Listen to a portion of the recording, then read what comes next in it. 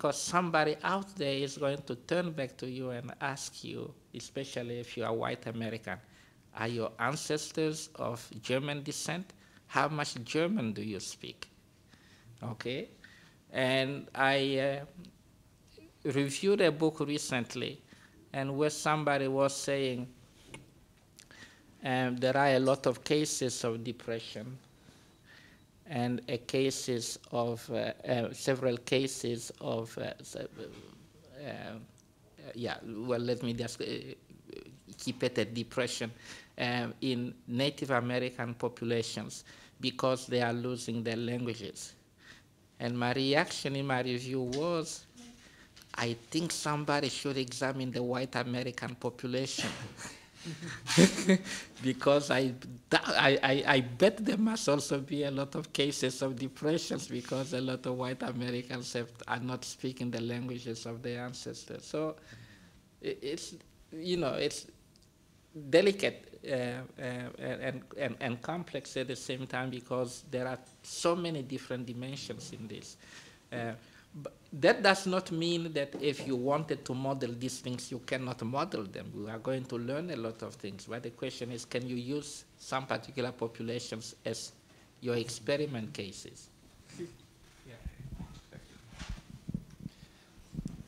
Maybe provocative. Yeah. Yes, there are two different points which I like to discuss further. First of all, I find it quite difficult to use the notion of idiolect, because in a way I think that it reifies, it builds a thing out of a process. I mean, people do not speak exactly in the same way in all the interactions they have, and people change in time. So at the end of the day, we can't find any idiolect.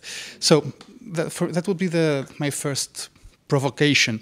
And the second one would be, I understand that it is highly complex in both practical and ethical, from a practical and an ethical point of view, to say we linguists or social linguists or whatever linguist will produce tools to help, to maneuver and to intervene on social linguistic reality.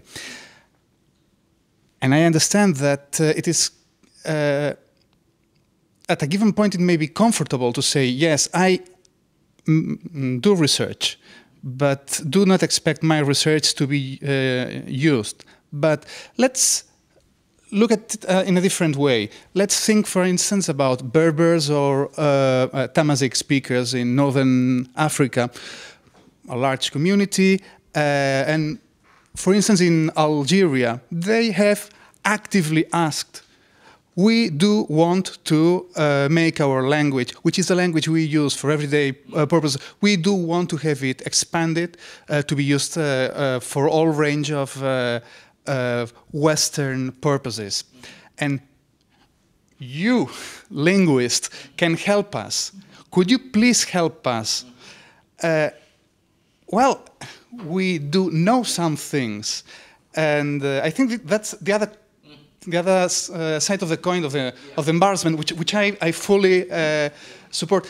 There are plenty of crazy politicians over there, but there are also democratically elected politicians who are nice guys, who may not be so stupid, and who may be. Who may do some things in favor of their collectivities because their collectivities want them to do that. Yeah. And that's even more embarrassing, I would say, because then should I stay in my ivory tower and say, sorry, I'm a linguist? Well, yeah. I said I would be provocative. Yeah. Thank you. First, the question about Idiolect. I think that's where we turn to the expertise of Francis, because we are learning about complexity, and there is complexity even in the Idiolect as a system, because that Idiolect has a history. But also here we are learning something that that can be well informed by, say, virology, that we get influences from the different people we interact with, and we develop systems that are not necessarily monolithic, that contain elements from different sources in the population, and we are intended to be adaptive. And so the idiolect is not intended to be monolithic. The idiolect is not intended to be static. So if we can find a way of adapting our definition of idiolect in a way that makes it more useful in linguistics, fine. Otherwise, we have to figure out what better term to use. But we cannot trash the reality of the individual in a population with the baby water. Okay? So the question of helping Berber, Amharic, and all those languages, I mean, we are developing expertise on, say, language vitality. And we should be ready to share this expertise with the relevant populations when they need it. So we cannot refuse it. So if they say, now we want Amharic to be used as an official language, we want Amharic to be used in the school system, there are a number of things that we can do. One of them is helping them write the appropriate textbooks for the use of Amharic in the school system. But we must know our limits, because we can tell them under what conditions Amharic can become an official language, but that's the end of the story. I'm not sure, but that doesn't mean that we should refuse to be activists. If I want to be an activist, I can join them and fight with them and then go to the government of Morocco and so forth, and then promote usage of Amharic as an official language. If I'm not a Moroccan, there is a danger if I go there and say, hey, Amharic should be used as an official language. If I find myself the day after that in a jail, I should know why. You see. So the bottom line is, yes, when our expertise can be put into good use, we shouldn't refuse it. But at the same time, we shouldn't promote or publicize things that we cannot deliver. Because there's a difference between helping people implement a particular policy, helping people reach particular goals, and advising them on the consequences of doing this and that, on the one hand, and on the other, telling them, hey, if you use Amharic, you can also become a banker, which is not true. We know that. If you use Amharic, your population is going to be more unified. We don't know, because there are many parameters involved, and we do not control those particular factors. Yeah. I think in this point, it's generally we should ask first. Well, it's a question and I give tomorrow. I will not discuss this. I will say, well, it's for me. It's a fact that we want to preserve languages and diversity, but I think it's still a question we should ask: why? Why preserve languages, and why preserve the diversity, and why preserve a given language at all? Because, for example, this may be a very clear case of Amharic, and so, for example, there's another language, Itelmen at Kamchatka. It's a very, very small group, and I have a friend who is doing research there. He's a descriptivist, and people are so happy that somebody else is describing the language, although they do not know what to do with all the words on the paper and the grammar, of course. But of course, it's important to preserve the language, but they are happy for this. Sometimes this is as I can see in Mexico as well, the language gives you the right to, for example, for the right to fish, to go fishing in the river, or to use the fields for growing crops and so on. That's sometimes only this, but there are also linguists who say, well, every language, you have to preserve every language, even the languages only spoken by one family and so on. And so I think this is in this all this complexity. Well, we should generally ask us, well, why certain language has to be preserved, and what will be the effort? As so, from all your questions, you ask which effort we will need for preserving a given language.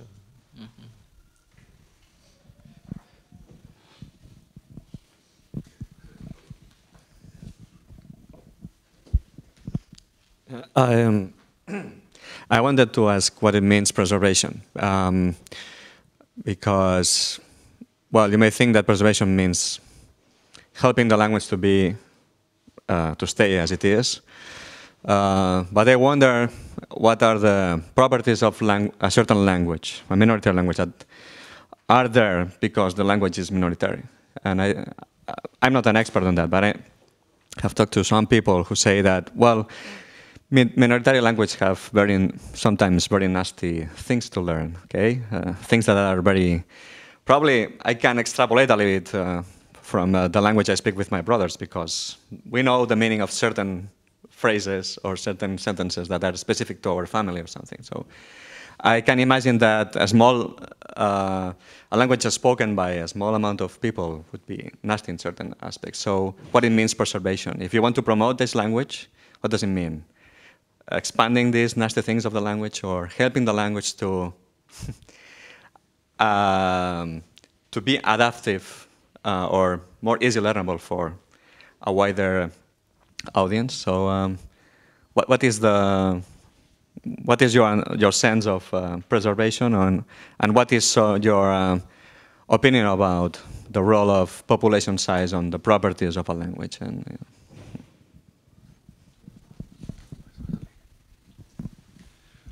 well, this should have been a question I should have put together with the first one, because I do not have the answer. Because if we think about preserving a language, well, I was thinking in a special case in Mexico, Baja California. There in the north, there's a language, forgot its name. It's just spoken by 5 family members, if I remember correctly.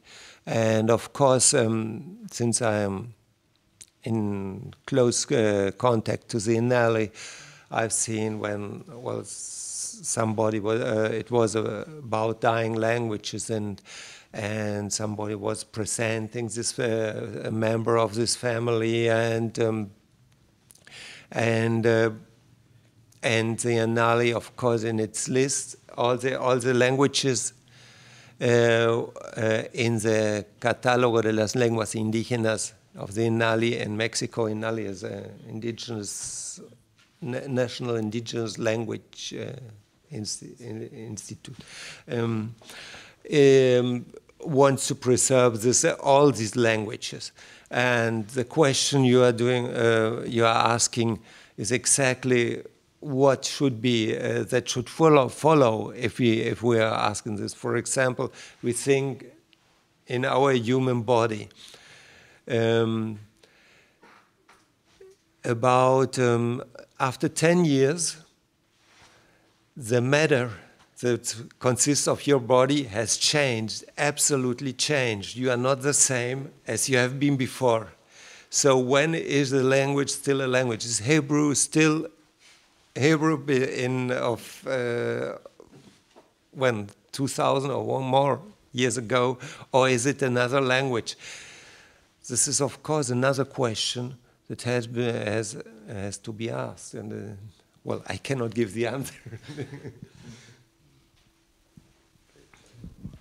Yeah. Actually, the term preservation is a questionable one. You know, people in the medical science preserve brains in jars. But those are brains that you cannot put in other human beings to do the work that brains normally do. And so people talk more about maintenance than preservation. And linguists now, many linguists actually make a distinction between language maintenance and language documentation. And a lot of people have realized that all they can do is document these languages rather than helping people maintain them. In some cases, people have tried to help populations maintain these languages. One strategy would have been what Francis mentioned earlier, like keeping populations in isolation. But you cannot do that because that's doing damage to their survival. So what people have been doing is developing grammars, developing dictionaries, and so forth. Now, what we have to learn about this is these are references. Writing a grammar of a language is not really maintaining that language. You are writing a projected system for that language, and whoever is going to learn it, if they go just by those rules, they may speak a language that is very different from the one that the grammarian intended to describe in the first place. So there are a number of things that can be done, but the bottom line is if certain ecological conditions, social ecological conditions are not met, whatever you do may amount to just buying time, developing positive ideologies toward particular languages, but otherwise nothing is going to happen. And my own personal position is a utilitarian one. That is, if you really want to help a population maintain their language, you have to create the right socioeconomic conditions for the people to use the language, for them to find some sort of, not just value, but some sort of utility in the language. And one place that did it well is Quebec. So Quebec enjoined all businesses in Quebec to function also in French, so that Francophone Quebecois realized they could earn decent living in French and they didn't have to speak English. But even so, because Quebec has become a kind of enclave surrounded by larger populations speaking English, we don't know whether they are not buying time. Another place where you can probably say it has worked is Israel. I don't know whether every country, every population that wants to maintain a language has to go through the experience of Israel, because of hostilities and the pressures to be identified as Israeli and speaking modern Hebrew or Israeli Hebrew as opposed to speaking any other language. That's a lot of pressure on the people, and it has worked. But you look at many other places around the world, take for instance Ireland. There's a dramatic failure in Ireland, because in Ireland for the past over 100 years, every child going to school has had to learn Irish. And then they graduate from school and have been declared competent in Irish. But the economic life of the country is in English. And anybody who wants to be successful must speak English. How many fluent speakers of Irish are there in Ireland?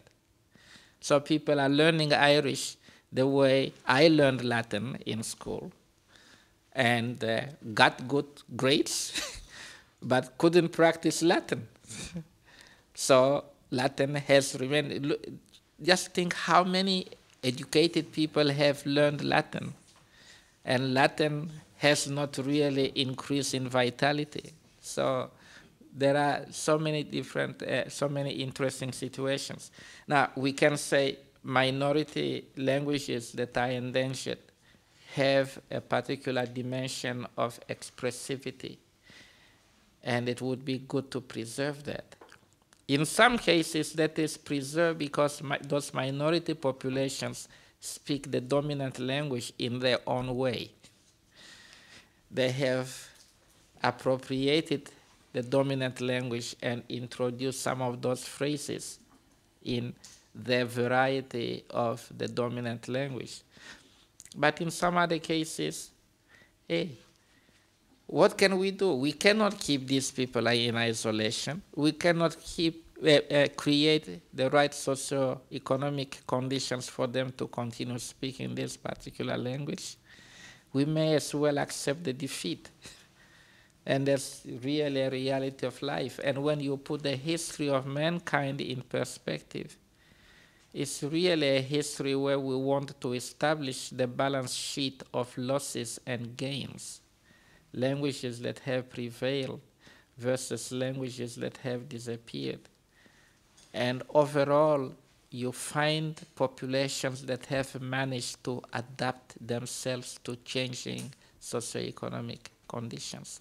That's the history of Spain, the history of France, the history of England, the history of any country in Europe, despite what Indo-Europeans have led us to believe.